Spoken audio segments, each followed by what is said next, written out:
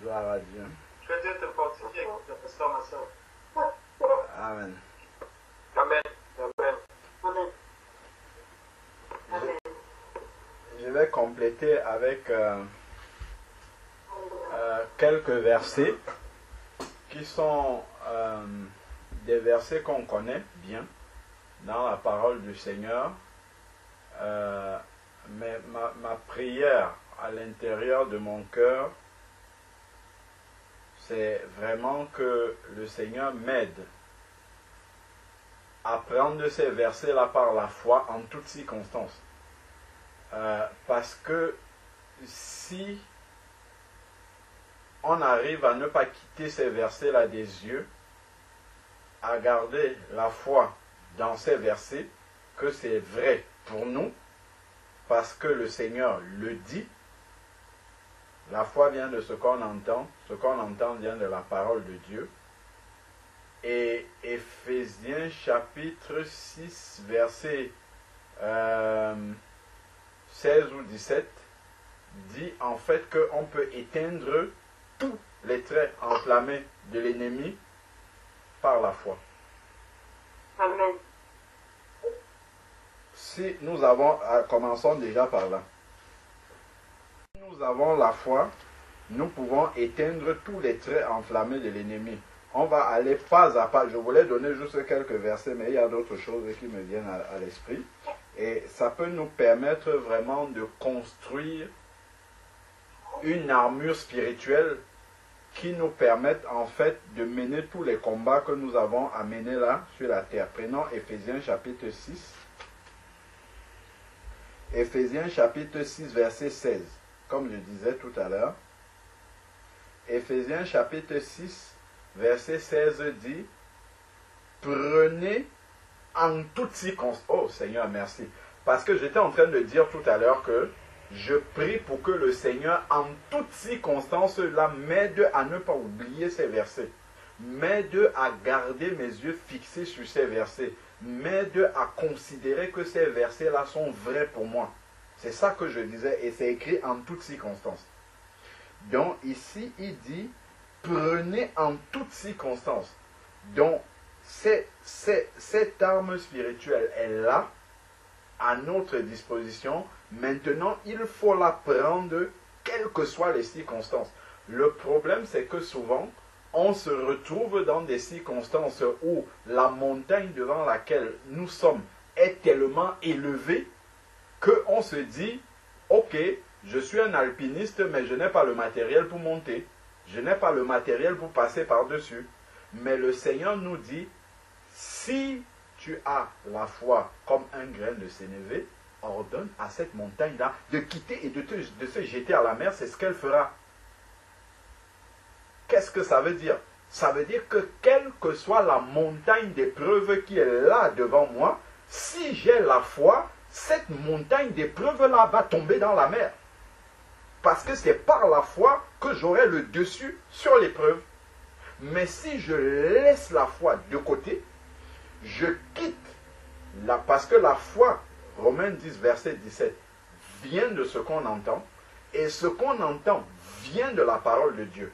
Donc si quand je vois l'épreuve comme ça, au lieu de fixer mes yeux sur la parole de Dieu, de ce que Dieu dit de cette épreuve, comme David est venu devant Goliath, David a dit, tu viens face à moi avec des épées et tout ça, moi je viens contre toi au nom de l'Éternel des armées. Donc il a gardé ses yeux sur le Seigneur des armées qui combat pour nous au lieu de regarder la hauteur, la taille, l'armure de Goliath qui était là. Ce sont les géants que nous rencontrons tous les jours, les épreuves qui ont une taille tellement colossale devant nous qu'on se dit, mais jamais je ne vais pouvoir traverser cette épreuve-là. Donc, quand tu dis déjà, quand je dis, je m'inclus dedans, en fait, c'est que ce qui va nous faire être apeurés devant l'épreuve, c'est comme tout le camp des Israélites. Quand Goliath allait se mettre là-bas dans la vallée et il disait, je suis Goliath, il insultait le Dieu des Israélites, les Israélites tremblaient dans leur tente. Il a fallu que David, qui lui avait la foi, arrive là et dise, mais ça c'est quel incirconcis ça, qui insulte le Dieu des armées, le Dieu d'Israël. C'est pas possible. Un incirconcis ne peut pas faire ça. Mais de la même manière, devant une épreuve qui est devant moi, je dois me dire qu'en tant qu'enfant de Dieu, mais cette épreuve-ci ne peut pas me dépasser.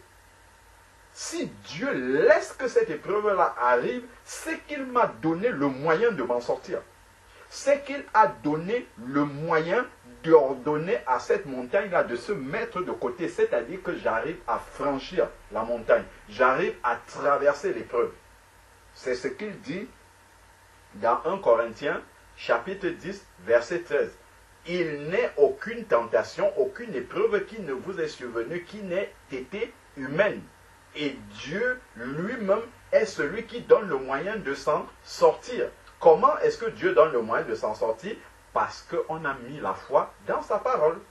David, lui, il est venu, il n'a pas regardé comme les Israélites regardaient Goliath est costaud, il a des armes, il est... Non. Même Saül, tout le monde l'a découragé, tu n'es qu'un enfant, même ses propres frères, tout le monde a débattu, il va t'écraser. C'est pas possible. Même quand Goliath a vu David arriver, il s'est retourné vers les Israélites, il dit, mais vous vous moquez de moi, c'est qui que vous m'envoyez comme ça? Ben, de la même manière, quand tu arrives devant la taille de l'épreuve, ben, l'épreuve pense qu'elle va, le diable pense qu'il va t'engloutir avec cette épreuve. Parce que souvent, Dieu laisse peut-être le diable amener certaines choses parce que le Seigneur veut nous former, voir comment, mais le diable, lui, il est sûr qu'il va nous terrasser, comme dit Jean 10, que l'ennemi ne vient que pour égorger et tuer. Il ne sait pas que dans ce que Dieu lui a laissé faire là, il y a un périmètre que Dieu lui a défini. Il y a une superficie qu'il ne peut pas traverser, comme Dieu a donné les limites à Job. Ne touche pas à sa vie. Tu peux toucher à tout ce que tu veux, c'est bien sa santé, mais sa vie, tu n'as pas le droit. Donc quand l'épreuve arrive comme ça, comme David, je dois regarder à la parole. Et je reviens dans Éphésiens ici, Éphésiens chapitre 6, verset 16. Gardons en toutes circonstances. Prenez en toutes circonstances le bouclier de la foi. Qu'est-ce qui va me faire avoir la foi? Romains 10, verset 17. La foi vient de ce qu'on entend. Ce qu'on entend vient de la parole de Dieu. Quand je regarde la montagne qui est devant moi, c'est la grandeur de l'épreuve qui est devant moi. Qu'est-ce que je dois confesser devant cette montagne-là? Je dois confesser la parole de Dieu. Je ne dois pas confesser ma petitesse devant l'épreuve. Je ne dois pas confesser que je suis désarmé devant cette épreuve. Je dois plutôt confesser ce que Dieu dit. Toi, la montagne qui est devant moi, si j'ai la foi, je t'ordonne, ôte. Je vais traverser. Ôte-toi et jette-toi dans la mer. Donc, cette épreuve-là, je vais pouvoir la surmonter, passer au-dessus et continuer le chemin. Donc, il dit ici, le bouclier de la foi, avec lequel vous pourrez éteindre, il ne dit pas certains, j'ai souligné là, il dit tous les traits enflammés du malin. Pas certains. Tous les traits enflammés du malin. Donc, toute occasion que le malin pourra orchestrer dans notre vie, ou pour nous décourager, ou pour nous désarmer, tout cela, c'est par la foi qu'on peut surmonter. Et avoir cette foi-là, c'est regarder ce que dit la parole de Dieu et attacher et croire ce que dit la parole de Dieu. C'est ça, la foi. Bon, maintenant que j'ai compris ceci, que c'est par la foi que je peux éteindre tous les traits enflammés de l'ennemi. Prenez en toutes circonstances. Qu'est-ce que je demande personnellement au Seigneur? De me remettre à la pensée en toutes circonstances et que mon cœur s'attache à ces paroles-là.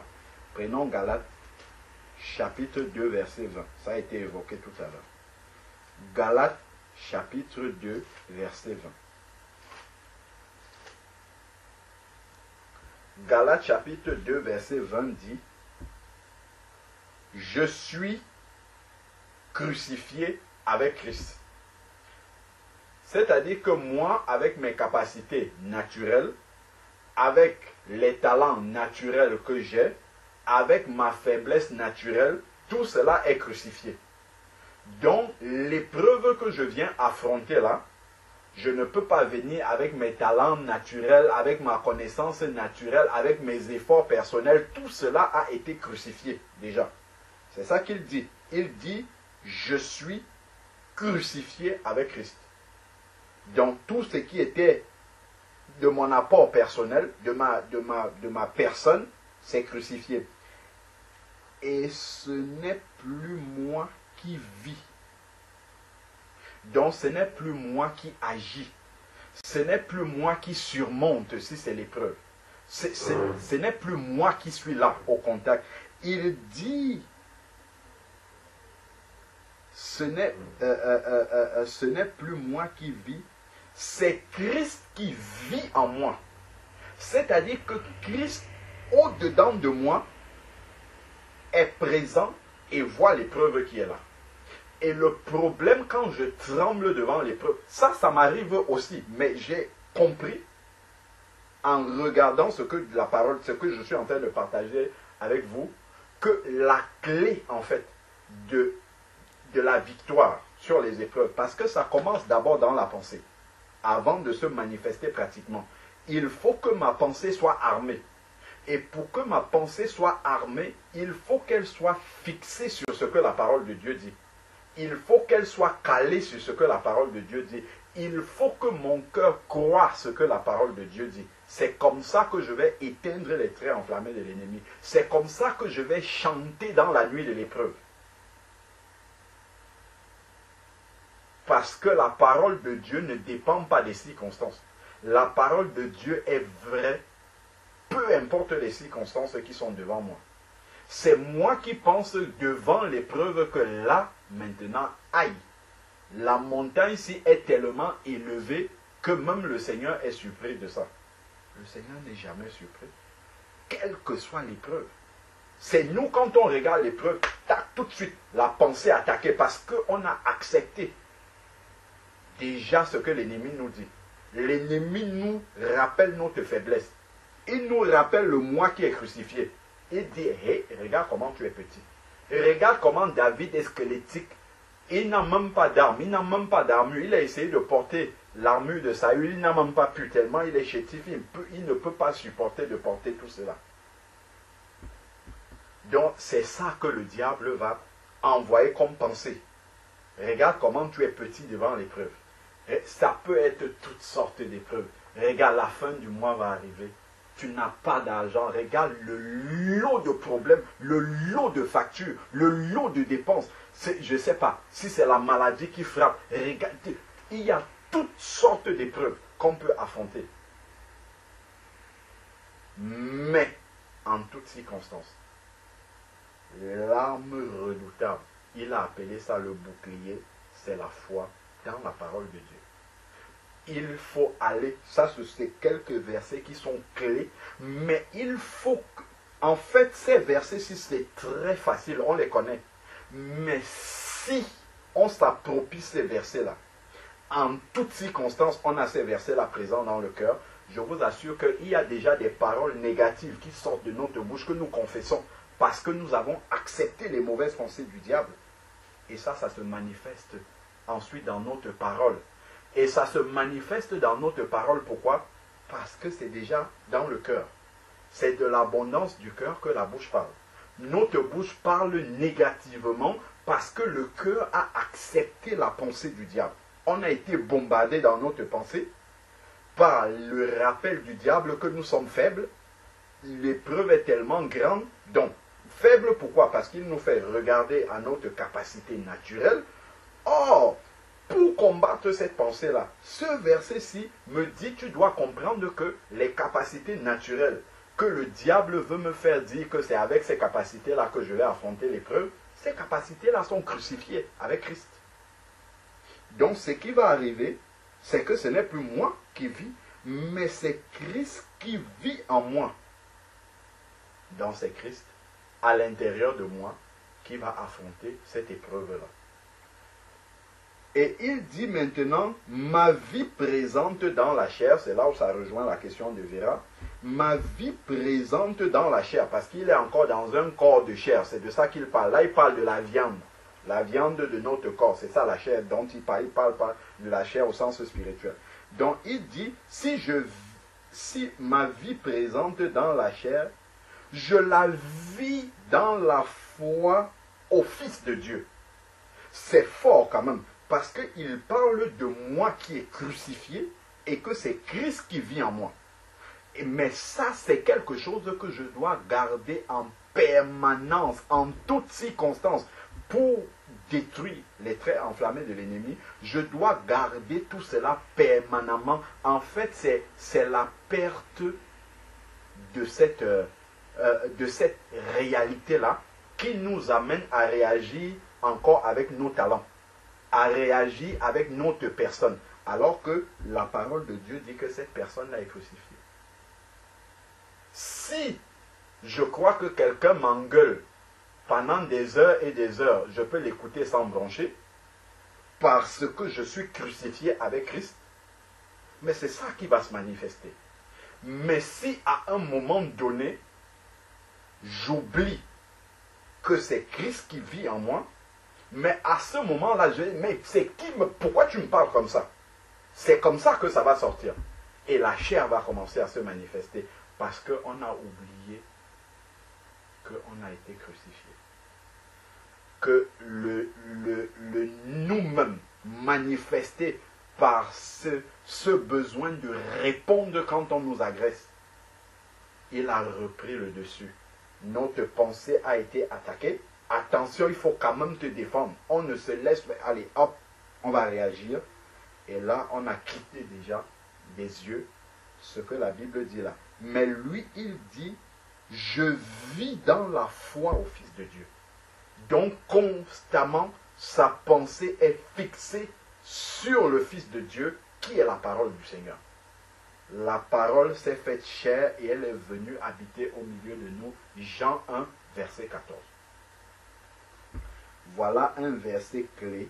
Ce n'est plus moi qui vis. Je vis dans la foi au Fils de Dieu qui m'a aimé et qui s'est livré pour moi. Ça, c'est le premier verset. Deuxième autre verset que nous devons garder toujours présent dans notre pensée, qui va nous aider à détruire, à contrer les traits enflammés de l'ennemi, à empêcher. Vous voyez, il a parlé du bouclier de la foi. Le bouclier, en fait, c'était un équipement de guerre que le soldat romain utilisait, qu'il mettait comme ça devant lui, avec un truc dont il tenait, et quand les flèches de l'ennemi arrivaient, ça tapait sur le bouclier, ça tombe. Donc, quand les flèches de l'ennemi, ça vient d'abord par la pensée. Donc, si dans ma pensée, il y a la foi dans la parole de Dieu, ben, cette foi-là, c'est ce bouclier qui vient. Donc, les pensées du malin arrivent, ça tape, ça tombe. Ça tape dans la parole de Dieu qui est dans ma pensée et ça tombe. Ça tape, ça tombe, ça tape, ça tombe, ça n'entre pas. C'est parce que j'ai laissé la parole de Dieu de côté que quand les pensées du malin arrivent, ben, ça transfère, ça rentre dans ma pensée. Et quand ça rentre dans ma pensée, après ça va dans mon cœur. Et quand c'est dans mon cœur, après ça sort par ma bouche, je commence à confesser des choses négatives. Je commence à dire, oula, frère, tu ne sais pas dans quelle épreuve je suis. Tu ne sais pas, c'est grave, c'est ceci, c'est ça. On commence à aller. Donc le diable en profite. Il en profite pour nous rappeler comment nous sommes petits devant la montagne. Pour nous rappeler comment nous sommes David et que la montagne devant moi, l'épreuve, c'est Goliath. Je ne vais jamais pouvoir m'en sortir. Dès que j'accepte ça, je suis vaincu. Je suis vaincu. Dès que j'accepte ça, je suis vaincu. C'est là où le diable m'a gagné en fait. Pourquoi? Parce que ma pensée va conditionner la manière dont je vais réagir. Je vais réagir dans une situation de faiblesse. Je vais réagir comme quelqu'un qui vit dans la chair. Voilà pourquoi l'Esprit de Dieu vient au secours là-bas et te rappelle, la sœur Vera, que tu n'es pas dans la chair, tu es dans l'esprit, parce que tu es un enfant de Dieu. Quand le Saint-Esprit nous voit comme ça, il nous prend vraiment en pitié et il vient nous rappeler, voilà ce que la parole de Dieu dit. La parole de Dieu ne dit pas ce que tu es en train de dire. Donc, voilà déjà pour le premier verset. Prenons le deuxième verset maintenant dans Jean, chapitre 14. Jean, chapitre 14. Ce sont des versets très simples qu'on connaît, mais comme en toutes circonstances, on ne garde pas ces versets-là présents à l'esprit. On regarde à gauche, à droite, on cherche les solutions. La montagne est là, comment je fais? Qui m'aide à passer au-dessus alors que j'ai la solution? Alors que j'ai ce qui doit rester dans ma pensée et m'empêcher de promener mes regards inquiets, comme dit Ésaïe chapitre 41 verset 10. Ne promène plus des regards inquiets, car je suis ton Dieu, je viens et je te fortifie de ma droite triomphante. Voilà l'assurance que le Seigneur dit. C'est Ésaïe, hein? Là on n'est même pas encore en Christ. Ésaïe, chapitre 41, ce verset peut encourager quelqu'un. Ésaïe, chapitre 41, verset 10. Sois sans crainte, car je suis avec toi. C'est Dieu qui nous le dit. On va lire dans le Nouveau Testament comment il rappelle qu'il est avec nous. Sois sans crainte, car je suis avec toi. Ne promène pas des regards inquiets, car je suis ton Dieu. Pourquoi tu ne dois pas promener les regards inquiets? Parce que Christ est ton Dieu et il vit à l'intérieur de toi. L'Israélite, Dieu lui disait ça au temple et restait au temple.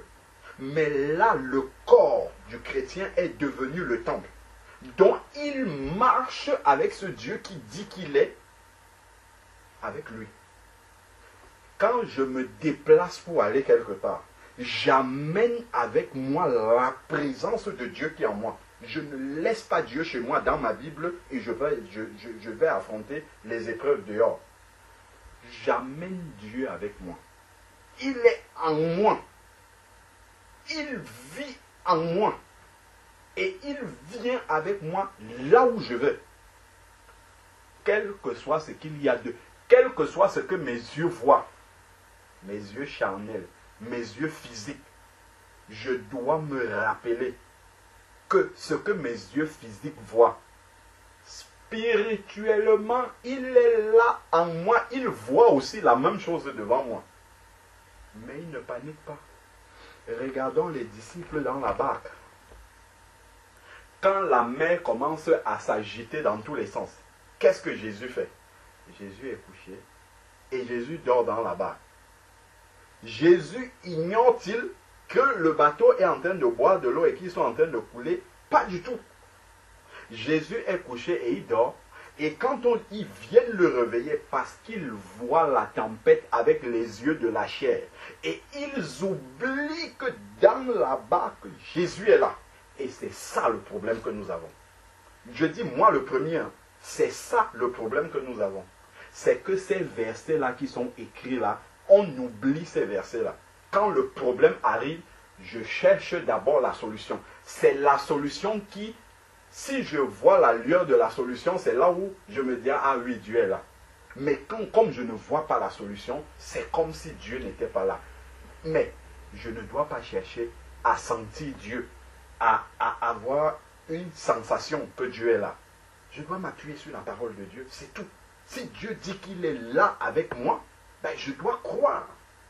Je dois mettre ma foi dans ce que Dieu dit. Quelle que soit l'épreuve dans laquelle je suis embarqué.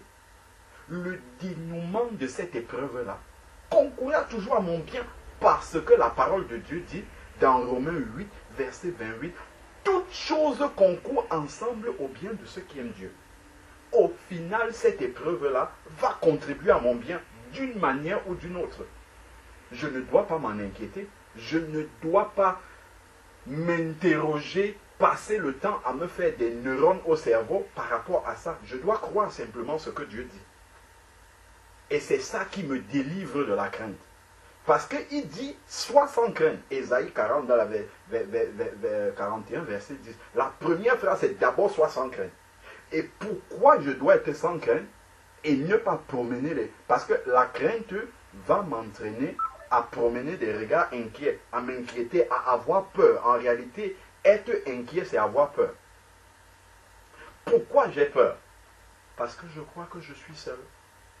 Pourquoi j'ai peur? Parce que je compte sur mes talents, je compte sur mes aptitudes, je compte sur moi-même, je compte sur les solutions que j'ai sous le coude, les solutions qui sont là, que je vois que c'est avec ces solutions-là que je vais régler le problème. Mais je ne m'appuie pas sur Dieu. Celui qui est le rocher des ciels, je ne suis pas appuyé sur lui. Je vous assure que ce que je suis en train de vous dire là, ce n'est pas des choses que je vis déjà de manière pleine. Mais j'ai vraiment, par la grâce de Dieu, compris que la clé, en fait, d'une vie chrétienne victorieuse devant les épreuves, c'est ça la clé. Et on ne peut pas contourner ça, c'est ça la clé. La clé, c'est de mettre la foi dans ce que la parole de Dieu dit. Quelle que soit l'épreuve que je vois devant moi, je prie, Seigneur, aide-moi à ne pas oublier ta parole devant cette épreuve. Qu'à un moment donné, quand les vagues montent comme ça, comme les vagues montaient devant la barque des disciples, que je n'oublie pas que Jésus est couché là dans la barque. Jésus est là avec moi dans ma barque. Il est en moi dans ce qui est en train d'arriver. Il ne m'a pas oublié. Ne promène pas tes regards inquiets. Pourquoi? Parce que je suis ton Dieu. Je te fortifie. Je viens à ton secours. Je te soutiens de ma droite triomphante. La droite de Dieu, on sait que c'est Jésus-Christ. Et Jésus-Christ habite en nous. Très important. Donc, allons donc dans Jean 14 que j'étais en train de dire. Je nous assure que peut-être plusieurs fois dans la journée, nous devons repasser ces versets-là dans notre cœur. Repasser. Je suis crucifié, ce n'est plus moi qui vis. C'est Christ qui vit en moi. Ma vie présente dans la chair, c'est la foi au Fils de Dieu. C'est ça la vérité. C'est ça qui est la réalité de ma nouvelle vie en Christ. C'est ça qui est la réalité de ma nouvelle naissance. C'est ça qui change radicalement avec ma vie quand je ne connaissais pas Dieu. Quand je ne connaissais pas Dieu, je comptais sur moi, je comptais sur mes talents, je comptais sur mes aptitudes, je comptais sur mes potentialités, je comptais sur mon avoir. Maintenant, tout cela a été crucifié avec Christ, enterré lors de mon baptême. Maintenant, celui sur qui je compte est avec moi tous les jours et c'est Christ. Jean chapitre 14. Jean chapitre 14, il dit, si nous prenons à partir du verset 15,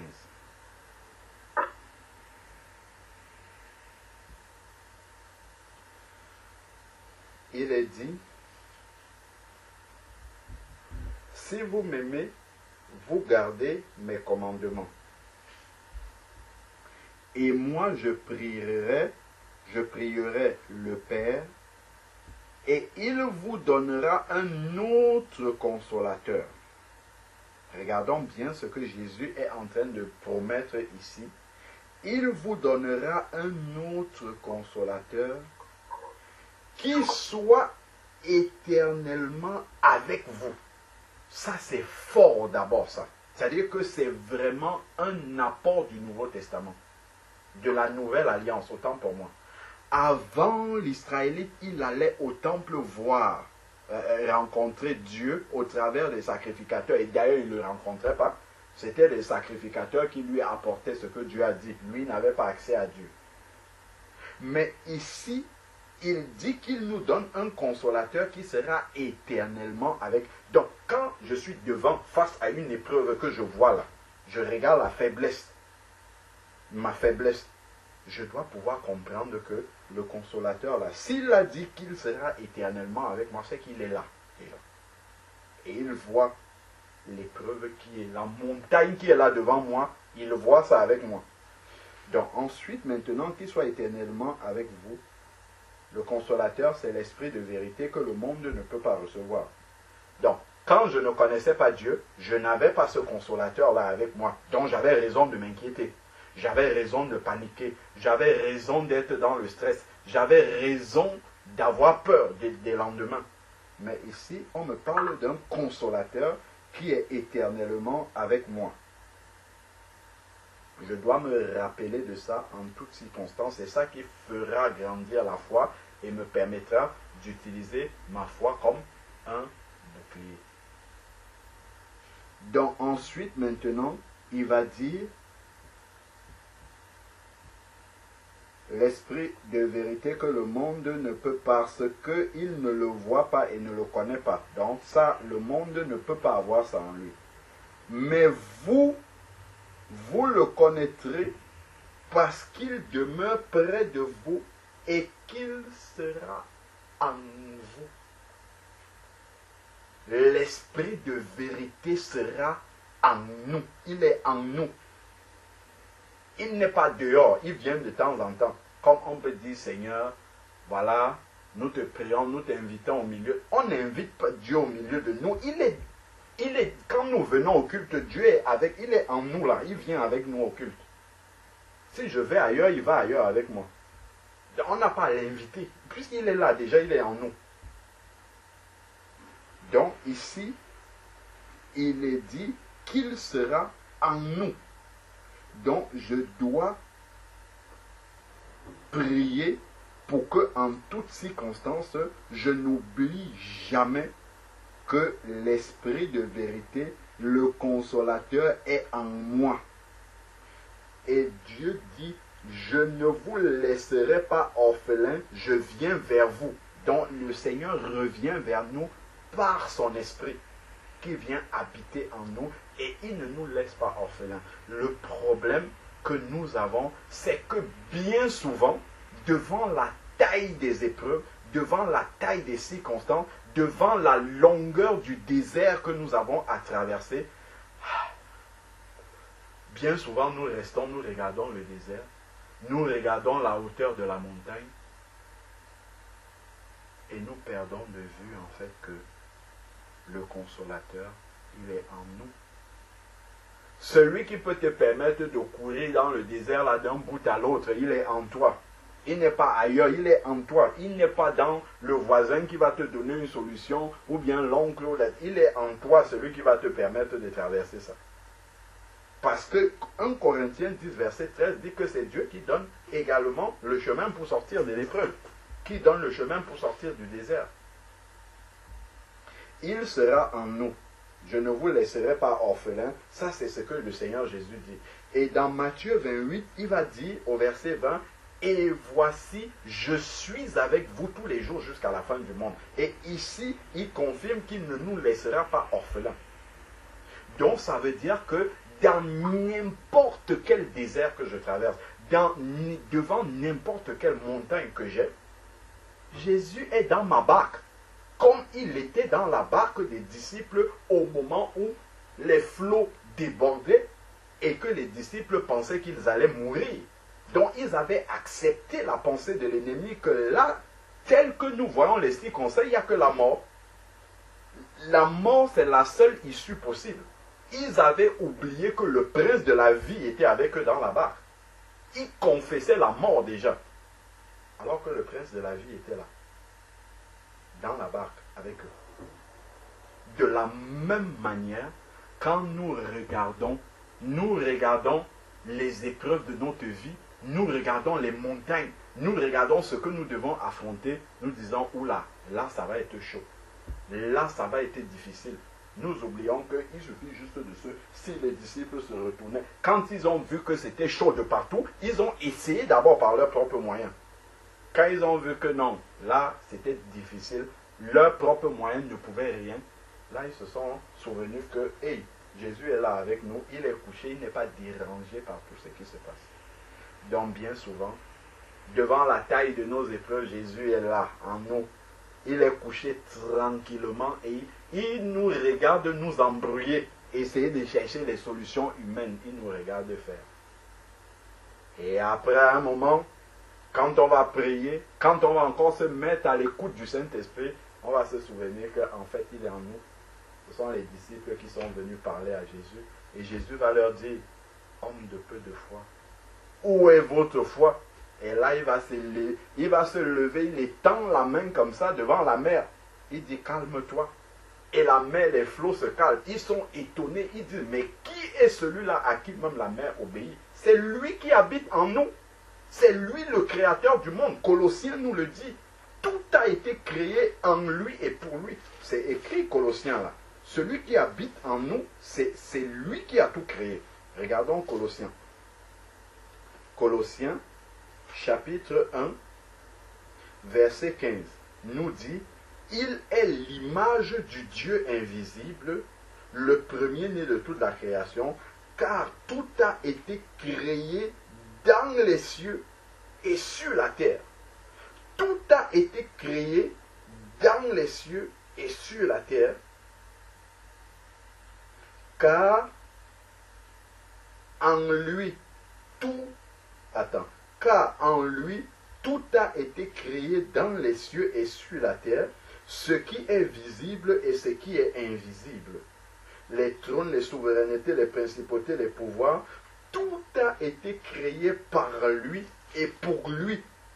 C'est celui-là dont on parle là. C'est lui qui habite en nous. C'est lui que nous amenons partout, devant toutes nos circonstances, tous nos problèmes. Et ça, c'est une révélation. Si nous gardons ça vrai dans nos cœurs, en toutes circonstances, Dieu nous aide à poser les yeux là-dessus. Que là où je suis ici, celui qui vit en moi, déjà un Jean me dit qu'il est plus fort que celui qui est dans le monde, mais celui qui vit en moi, c'est lui qui a tout créé. Tout a été créé par lui, même ce qui est dans le ciel. N'en parlons pas de ce qui est sur la terre. Celui-là, il est avec moi, il est dans ma barque.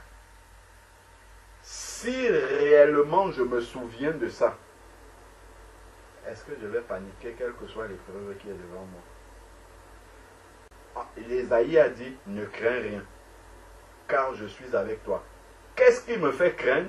C'est de penser que Dieu n'est pas avec moi. C'est d'accepter que Dieu n'est pas avec moi.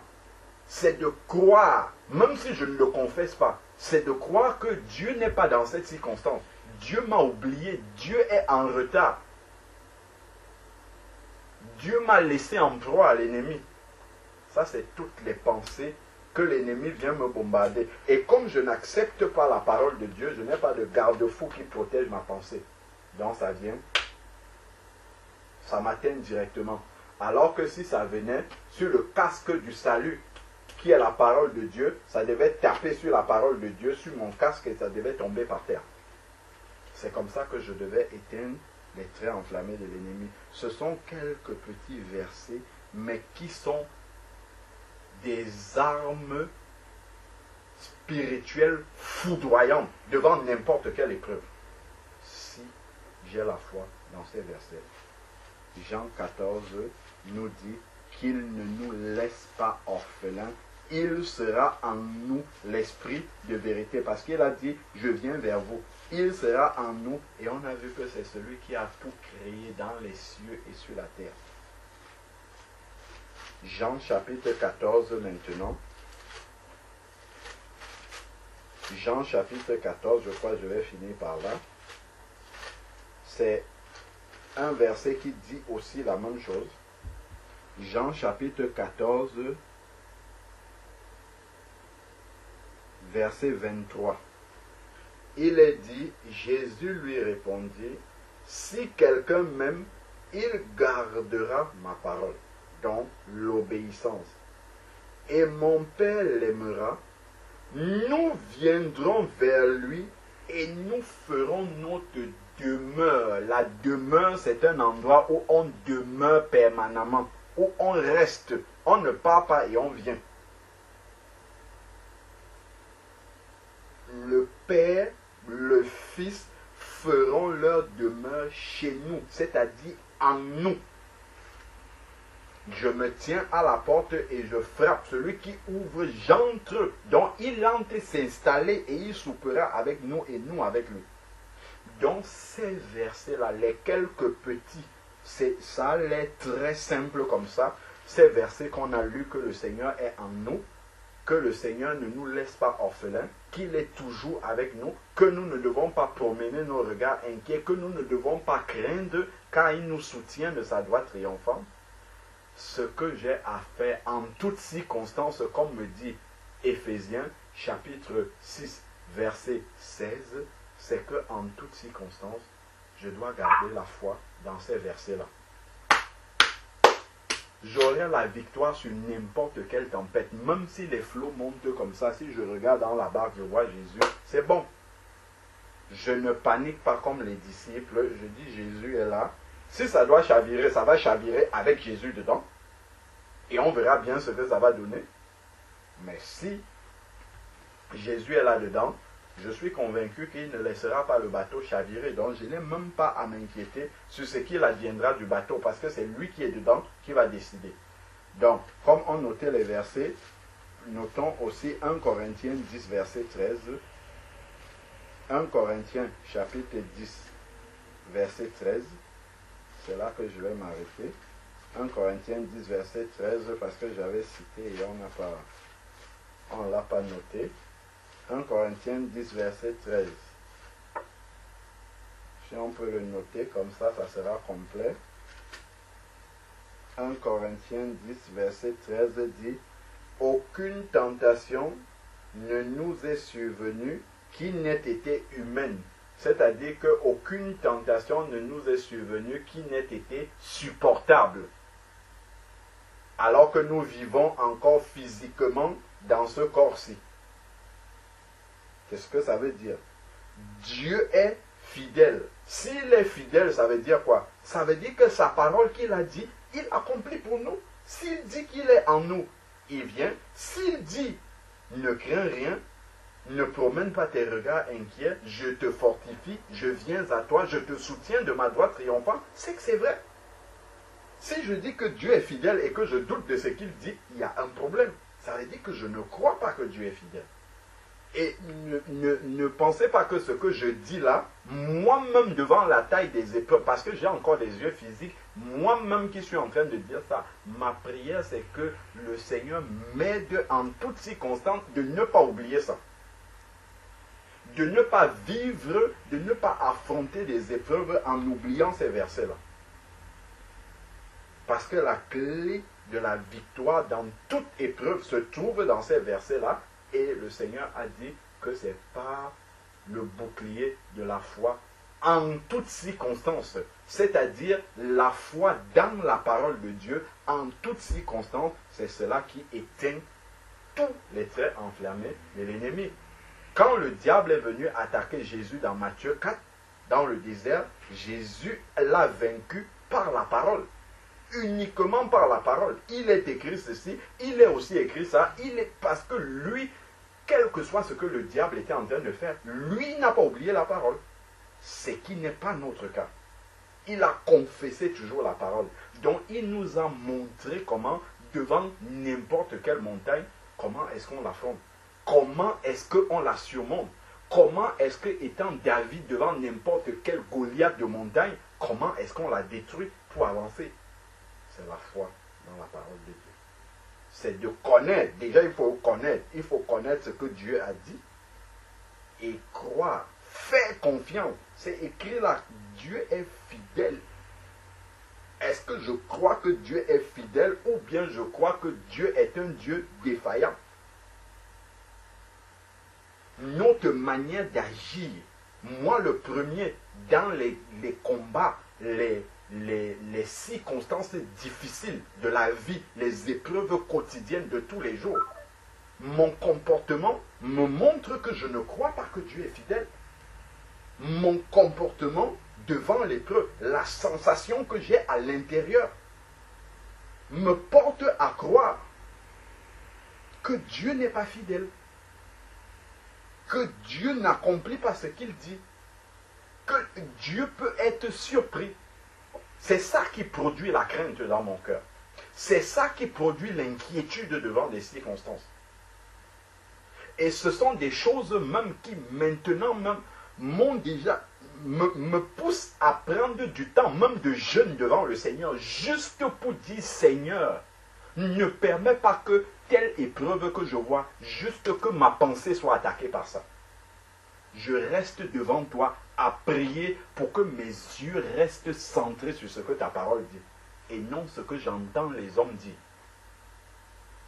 Prends un temps de jeûne, de rester comme ça devant le Seigneur, juste pour que cette parole-là s'imprime. Et on doit rester, on doit répéter, parce que chaque nouvelle montagne, chaque nouvelle épreuve, chaque nouvelle tempête, quand on voit arriver, c'est d'abord les yeux physiques qui analysent ça. Les yeux physiques analysent avec l'homme rationnel, l'homme humain, l'homme cartésien, l'homme charnel. C'est lui qui analyse d'abord ça. Et malheureusement, nous acceptons les conclusions de son analyse. Ah là, ça va être difficile. Ah là, ça va être compliqué. Ah là, ça va être insurmontable. Ah là, ça va être ceci. Ah là, ça va être ça. Jésus, quand le diable vient, il ne dit pas là, ça, il dit, il est écrit ceci. Il est aussi écrit ceci. Parce qu'il est la parole vivante. Non seulement il avait la parole en lui, mais il est la parole. Donc il donnait cette parole-là et il nous a montré le modèle du combat spirituel par excellence. Il nous a montré le modèle pour éteindre les trains enflammés de l'ennemi. C'est de confesser la parole et de ne pas douter. De dire Dieu a dit ça. Dieu a dit qu'il fait ça dans telle circonstance. Même si mes deux yeux ne voient pas encore la manifestation de l'intervention de Dieu, la manifestation de la présence de Dieu, je n'ai pas besoin de sentir que Dieu est avec moi. C'est écrit qu'il ne me laissera pas orphelin, c'est suffisant. C'est pour cela que Dieu a emmené les Israélites dans le désert. C'était pour faire ce travail-là. Ils ont vu des choses en Égypte. Ils ont vu Dieu se déployer, se manifester. À la fin, Dieu ouvre la mer Rouge, ils traversent à pied. Ils ont vu des miracles. Comme nous tous, nous avons déjà vu des interventions surnaturelles de Dieu dans nos vies. Maintenant, Dieu nous amène dans le désert. Il nous amène là où on ne voit plus les interventions surnaturelles de Dieu. Mais sa parole est là. Mais son esprit est là comme la colonne de nuit qui guidait les Israélites le jour et la colonne de feu la nuit. C'est sa parole qui est là. Nous sommes dans le désert, il n'y a plus que le sable et le ciel. Le sable à perte de vue et le ciel. Donc, là maintenant, on ne doit plus marcher par la vue de ce qu'on a vu en Égypte, Dieu agir. Nous marchons par la foi dans sa parole. C'est pour ça qu'il nous amène dans le désert. Il nous amène dans le désert pour nous former à répondre par la parole. On voit ça avec les Israélites, on revoit ça avec Jésus. Après son baptême, c'est l'Esprit, c'est le Saint-Esprit qui l'amène dans le désert. De même que l'Esprit de Dieu lui-même nous amène dans les épreuves. Pour que nous puissions réagir dans ces épreuves-là par la parole du Seigneur, par la foi dans la parole du Seigneur, par la confession que cette parole-là est vraie, parce que celui qui l'a dit est fidèle. C'est ce qui est écrit là. Pour que dire que Dieu est fidèle ne se limite pas seulement dans les cantiques qu'on chante qui sortent de notre bouche, mais que ça soit une réalité ancrée profondément dans notre cœur. C'est pour ça que Dieu nous amène dans le désert. Parce que c'est là-bas que ça va se travailler. Parce que c'est quand la vague est haute comme ça, là, que la confession, si je dis encore de ma bouche que Dieu est fidèle, c'est que là, réellement, j'aurai foi dans mon cœur que Dieu est fidèle. Ce n'est pas quand tout va bien. Quand tout va bien, c'est facile de dire que Dieu est fidèle. Quand je suis resté longtemps au chômage et que Dieu me donne un travail, Dieu est fidèle. Je peux le confesser facilement quand c'est comme ça. Je ne sais pas, je suis resté stérile pendant un moment, Dieu donne un enfant, oui, Dieu est fidèle. Là, c'est facile de le dire. Mais quand je suis au creux de l'épreuve et que je ne vois pas d'issue, quand je suis dans le désert et que je ne vois pas l'issue du désert, je ne vois pas la porte de sortie, je tourne à gauche, à droite, il n'y a que le sable à perte de vue, je lève la tête comme ça, c'est juste le ciel qui est au-dessus de moi. Là, dit que Dieu est fidèle. Si je prononce ça de ma bouche, c'est que ça sortira du plus profond de mes entrailles. Et là, ça sera la foi. C'est ça la foi. La ferme assurance des choses que l'on espère et la démonstration de celles qu'on ne voit pas. Si on commence à voir, on n'est plus dans la foi. On est dans la vue. Là, on est dans la vue. Et le désert, c'est pour enlever la marche par la vue et nous faire marcher par la foi. Parce que si dans le désert, tu veux marcher par la vue, tu vas mourir tout de suite. Dès que tu vas entrer dans le désert, tu te tournes, tu regardes à gauche, à droite, tu vois le ciel, à gauche, à droite, tu vois le sable, tu dis je suis mort. C'est ça qui va sortir de ta bouche, c'est une parole du diable. Tu dis je suis mort et c'est ça qui va arriver. Tout de suite, c'est que tu vas oublier le Seigneur, et d'ailleurs c'est ce qui est arrivé à beaucoup d'Israélites. Ils ont oublié tout ce qu'ils avaient vu en Égypte de Dieu. Ils ont oublié que Dieu est fidèle. Seuls deux se sont souvenus, Josué et Caleb. Et c'est eux qui sont sortis du désert. Ceux qui avaient la foi sont sortis du désert. Ceux qui n'avaient pas la foi dans la parole de Dieu sont restés enterrés dans le désert. 1 Corinthiens chapitre 10, si vous lisez avant, c'est ce que vous allez lire que beaucoup sont tombés dans le désert, verset 5. 1 Corinthiens 10, verset 5. Mais la plupart d'entre eux ne furent pas agréables à Dieu, puisqu'ils tombaient morts dans le désert. Et on nous dit que ce sont des exemples pour que nous n'ayons pas des mauvais désirs. C'est un problème de foi. Ils n'ont pas eu la foi. Et ça, on nous dit que ça a été écrit pour notre exemple. Parce que nous aussi, nous traversons des déserts qui sont les circonstances, les épreuves de la vie.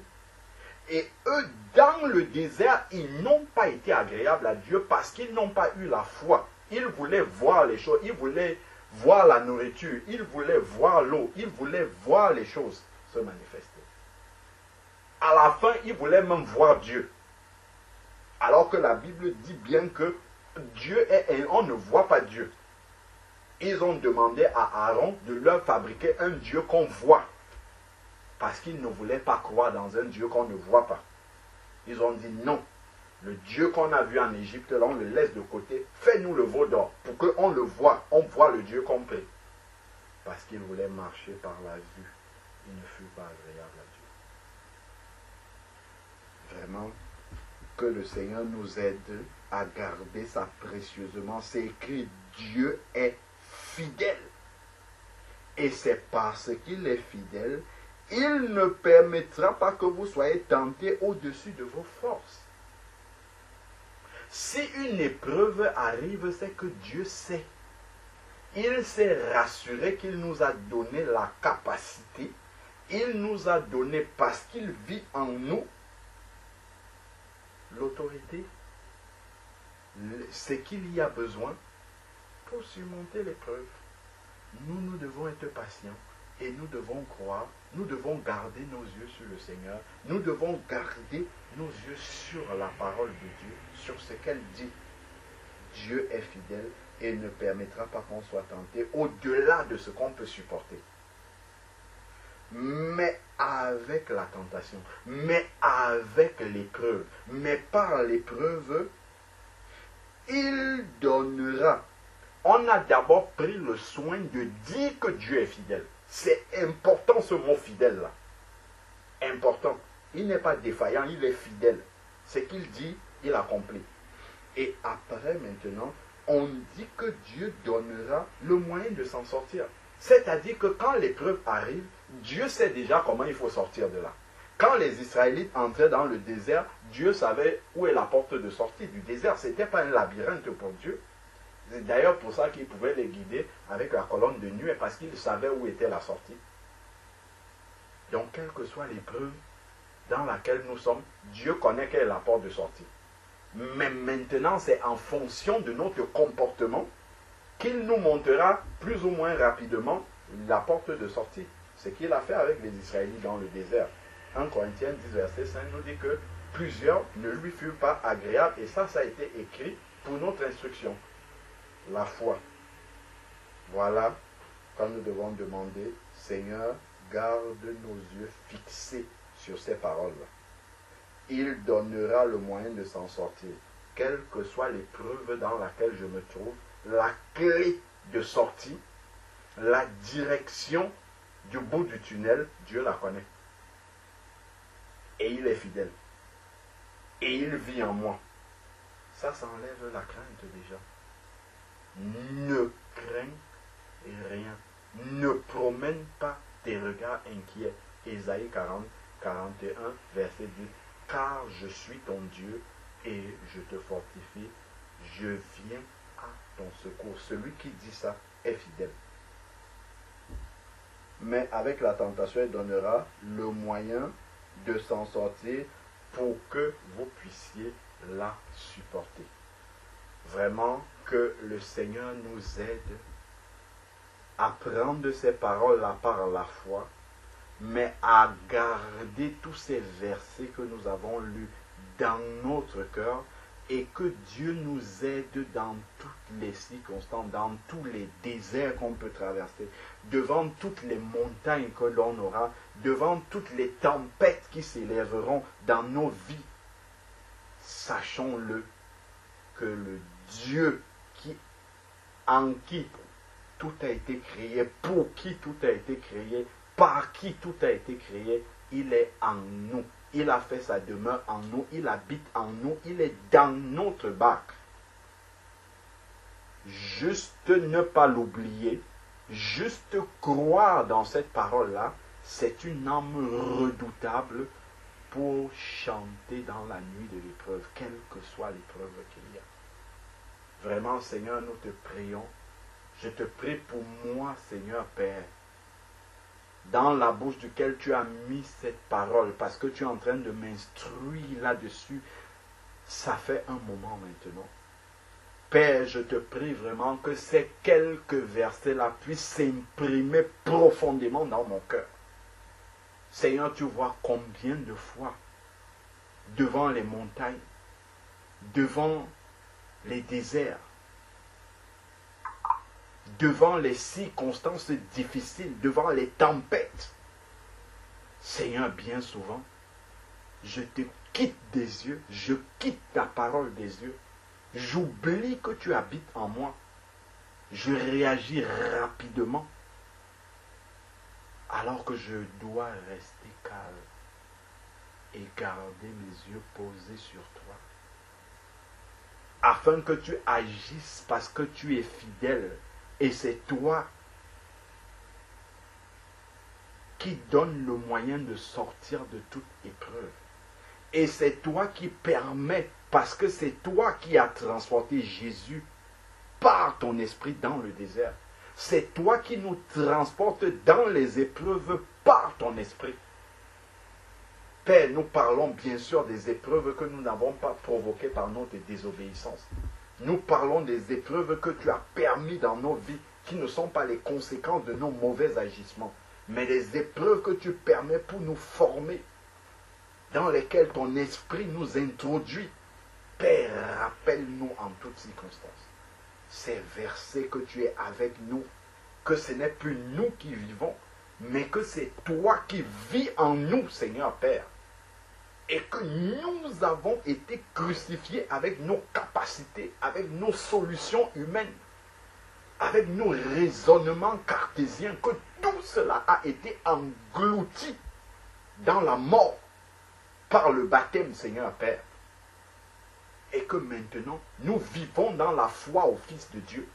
Père, que cela puisse ne pas être théorique seulement, mais être vrai, pratique dans nos vies. afin que nous puissions aussi exhorter les autres, non pas simplement par des versets théoriques que nous leur lisons dans la parole de Dieu, mais que nous puissions les exhorter par l'expérience de notre propre vie, comment nous avons expérimenté ces versets-là, comment nous les avons vécus, comment nous avons remporté des victoires par la foi dans ta parole, dans ces versets que nous avons lus. Père, que nous puissions être des instruments pour relever ceux qui sont découragés, pour aider ceux qui sont chargés de fardeaux à pouvoir s'en sortir, à pouvoir garder la foi, à pouvoir garder l'espérance, à pouvoir garder l'espoir, à pouvoir croire que tu es fidèle, à savoir que là où les hommes sont limités, n'ont plus de solution. Père, c'est là que tu interviens, car tout a été créé par toi. Là où la médecine n'a plus de solution, Père, c'est là que tu interviens, que nos yeux soient sur ta parole, Seigneur Dieu, que nous n'acceptons pas les paroles des hommes, que nous n'acceptons pas, quelle que soit l'intelligence des hommes, que nous ne prenons pas les paroles des êtres humains comme étant des paroles vraies pour nos vies, mais que seule ta parole soit la vérité. Père, si c'est un employeur qui nous dit non pour quelque chose, pour un travail, pour quoi que ce soit, si c'est un médecin qui dit que nous avons une maladie incurable, Père, que nous sachions que c'est toi, c'est en toi que tout a été créé, et que c'est par ta parole que tu amènes à l'existence même les choses qui n'existent pas. Père, que ça soit vrai dans nos vies, Seigneur Père. Que cela ne soit pas que des versets que nous disons dans la Bible, que nous lisons, mais qui ne sont pas vrais, Seigneur Père, dans nos vies. Seigneur, ce n'est pas parce que tu n'es pas fidèle, c'est parce que nous n'avons pas la foi dans ce que nous lisons, Seigneur Père. Viens au secours de notre incrédulité. Père, nous te demandons pardon, pardon, Seigneur Père, car nous sommes tellement médiocres dans la foi, Seigneur Père. Les versets que nous lisons sont pourtant simples à comprendre. Même un enfant peut comprendre ces versets-là. Père, mais nous sommes tellement loin de cette réalité. Parce qu'il nous manque la foi, Seigneur. Viens au secours de mon incrédulité, Seigneur Père.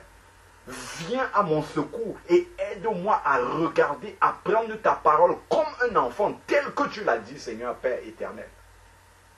Seigneur, aide-moi, aide mes frères, aide mes sœurs.